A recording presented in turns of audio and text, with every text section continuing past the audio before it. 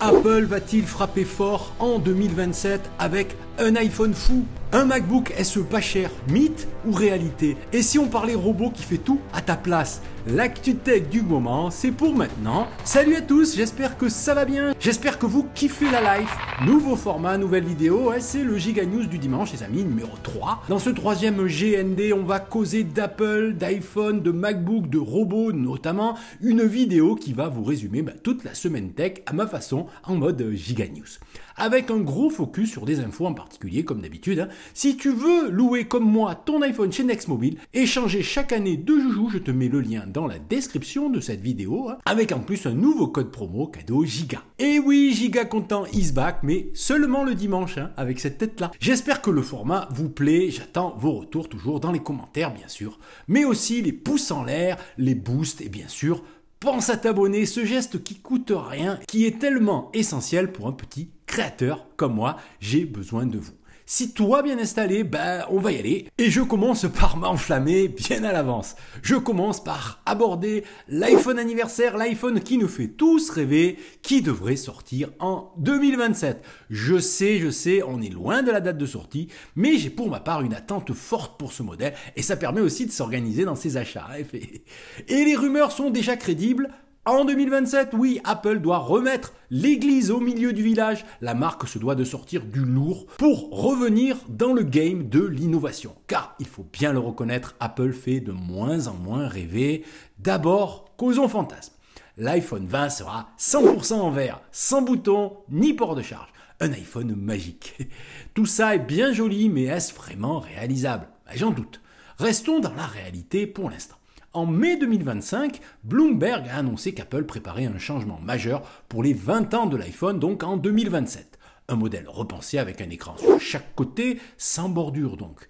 Inspiré par Johnny Ive, le père de l'iPhone, ce modèle intégrerait aussi une batterie à semi-conducteur pour une meilleure autonomie. Cependant, l'informateur Universe Ice contredit l'idée d'un écran incurvé sur les côtés. Depuis des mois, des rumeurs évoquent un design spectaculaire avec un affichage recouvrant chaque tranche et un Face ID sous l'écran. Des rapports sud-coréens mentionnent même que Samsung et LG travaillent sur cet écran à 4 bords actifs pour supprimer les bordures. Un écran donc incurvé sur l'iPhone 20. En fait, Apple partirait sur une vitre externe légèrement incurvée, comme sur l'Apple Watch par exemple, pour préserver la solidité et éviter les défauts optiques des écrans vraiment incurvés. Le design est encore en réflexion et Apple n'a rien confirmé évidemment. L'intégration d'une batterie à semi-conducteur reste également incertaine. Une question persiste par contre, Apple s'inspirera-t-il de l'iPad Pro pour l'écran de l'iPhone 20 ? C'est une piste. Quant à l'iPhone sans bouton ni port de charge, là aussi, c'est à confirmer. Apple pourrait choisir de remplacer les boutons par des dispositifs haptiques ou capacitifs, une technologie utilisée sur les commandes appareils photo des iPhones récents. Bon, tout ça reste flou évidemment, on prend ces rumeurs avec les pincettes de rigueur les amis, je vais suivre le sujet de près et vous tiens au courant sur la chaîne. Sans transition, autre rumeur qui vient sur le tapis, le fameux MacBook SE ou MacBook tout court. Apple serait-il prêt à renouer enfin avec le milieu de gamme? Faire un MacBook pas cher, c'est possible? Les dernières rumeurs concernant le prochain MacBook laissent penser que oui. Imaginez un MacBook doté du cerveau d'un iPhone, alors qu'Apple intègre de plus en plus de puces conçues pour les ordinateurs dans ses appareils mobiles. L'inverse pourrait bien se produire dans les mois à venir. Question de rentabilité évidemment. Les rumeurs autour d'un éventuel MacBook SE ont récemment pris l'ampleur grâce à une nouvelle indiscrétion de DigitTime. Le média en ligne affirme connaître la date de lancement et le prix de l'appareil, comme l'avait prédit l'analyste Ming-Chi Kuo il y a quelques mois. Ce MacBook SE, comme ça, pourrait arriver sur le marché dès fin 2025 ou début 2026, très bientôt à un prix avoisinant les 599 $.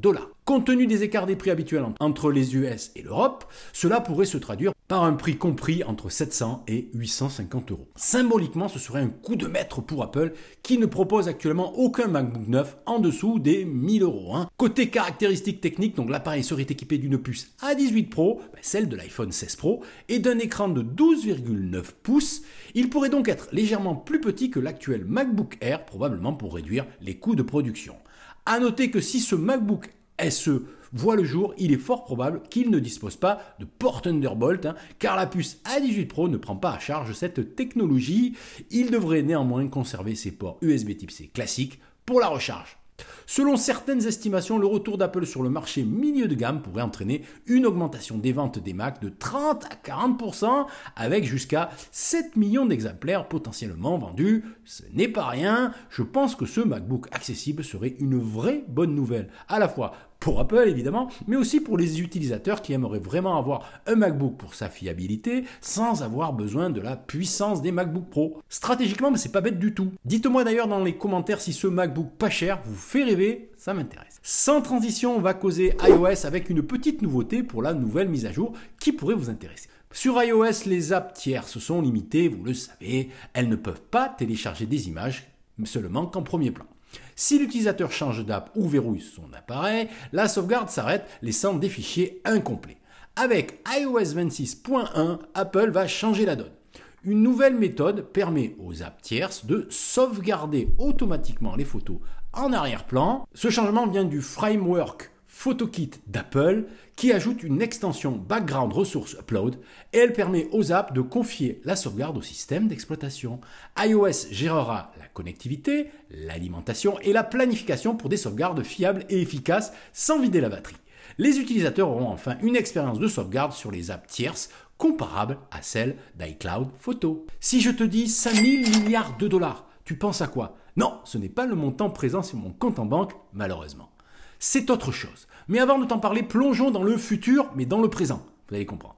One X Technologies, entreprise américano-norvégienne, lance One X Neo, un robot humanoïde conçu pour les tâches ménagères, disponible déjà en précommande pour 2026, si tu veux te l'offrir. Il coûte quand même 20 000 $ ou 499 $ par mois avec un dépôt de 200 $. Il est assez léger, 30 kg, il fonctionne 4 heures sans recharge et se rebranche tout seul. Ses moteurs puissants et ses bras précis imitent les mouvements humains. Son intelligence combine vision, reconnaissance vocale et modèle de langage, lui permettant de comprendre et même d'apprendre. Fondé en 2014 par Bernd Bornisch, excusez-moi pour la prononciation, One X Technologies a reçu des fonds d'OpenAI et de Nvidia. On va reparler de Nvidia. One X Neo est disponible en beige, gris et brun foncé. On commande ou pas alors? Moi, s'il fait la vaisselle, le ménage et les courses, ça se discute les amis. Vous savez qu'en France, on est les champions du monde de la taxe. Et ça devrait pas changer de sitôt. En effet, la France défend une double taxe sur les téléchargements hors ligne pour les abonnements streaming déjà appliqués aux appareils de stockage. L'avocat général de l'Union européenne rejette cet argument, affirmant que les abonnés ne possèdent pas réellement les téléchargements en raison des protections DRM. C'est un peu compliqué, mais en gros. Alors ça passe pas sur ce coup-là, mais le gouvernement français cherchera probablement d'autres moyens de mettre en place cette fameuse taxe. En gros, tu payes un abonnement Netflix, Canal+, Amazon Prime, Disney+, pour profiter du contenu, mais tu devrais aussi payer une taxe pour ça. Ah, la France, c'est vraiment un beau pays. Alors, si je vous dis 5000 milliards de dollars, ça vous parle? C'est un chiffre énorme, et c'est même un record.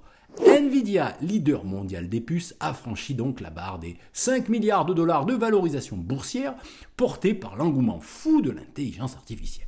Sa progression fulgurante, avec une hausse de 5% cette semaine, place en tête des capitalisations mondiales, largement devant Microsoft ou même Apple. Pour vous donner une idée de l'importance du montant, cela correspond à une progression équivalente au PIB de la France en un an. D'ailleurs, sa valorisation est supérieure à tous les PIB des pays du monde, à l'exception de la Chine et des États-Unis. C'est juste complètement dingue. Nvidia est en somme la 3e puissance mondiale. En gros, ça fait un peu peur quand même. Voilà pour ce 3e GND. Si ce format vous plaît les amis, dites-le dans les coms, likez, boosterez, bref, à vous de jouer, c'est tout nouveau. Je continuerai ce format seulement si ça vous intéresse bien sûr. Sinon j'arrête et on passe à autre chose évidemment. À vous de choisir. En attendant, vous retrouvez plein d'autres infos dans mes précédentes vidéos. La playlist apparaît juste ici. Prenez soin de vous, résistez à la nouveauté. À demain ou à plus tard. Salut!